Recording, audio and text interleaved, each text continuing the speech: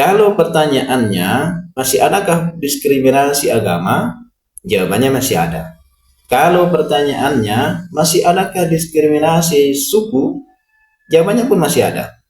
Kalau pertanyaannya masih adakah diskriminasi sosial? Jawabannya pun masih ada.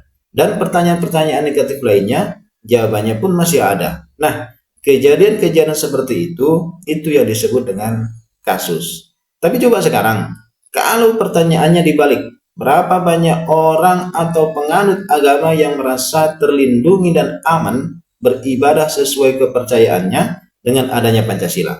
Berapa banyak orang atau suku yang merasa terlindungi dan aman melakukan aktivitasnya dengan adanya Pancasila?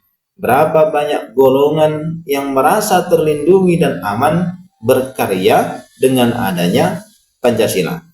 Maka, misalnya kalau dibandingkan antara kasus yang bertentangan dengan Pancasila dengan orang yang menerima manfaat dari adanya Pancasila, ini kira-kira lebih banyak yang mana?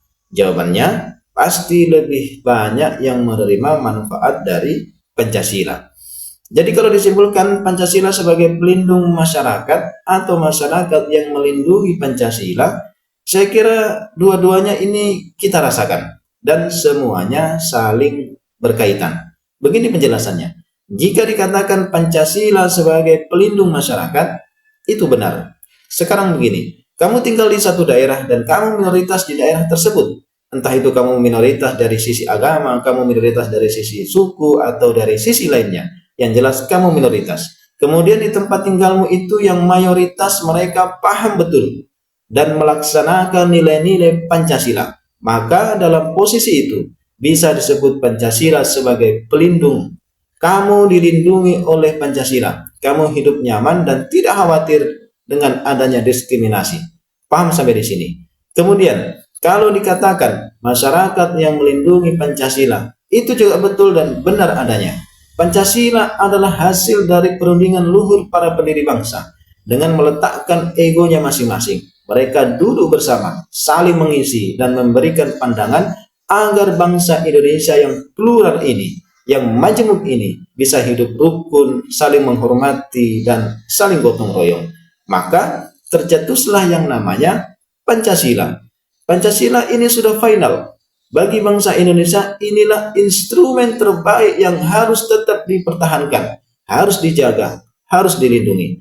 Bagaimana caranya melindungi? Caranya ya harus diamalkan. Nilai-nilai Pancasila harus dijalankan, dijadikan sebagai pedoman dalam kehidupan berbangsa dan bernegara, sehingga menciptakan kehidupan harmonis antar masyarakat bangsa Indonesia. Begitu. Jadi, kalau ada orang atau kelompok yang melenceng dari Pancasila, kemudian sengaja mengobok-obok keharmonisan, kenyamanan bangsa Indonesia, saya yakin dan percaya mereka bukan tidak paham Pancasila. Mereka paham tapi sengaja membuat gaduh dan pastinya mereka terkontaminasi dengan pengaruh luar serta ada misi khusus. Kalau bertemu dengan yang model seperti itu, kalau dibiarkan, ini akan merusak tatanan kehidupan bermasyarakat bangsa Indonesia yang dampaknya akan merusak Pancasila. Maka tidak ada kata lain selain lawan.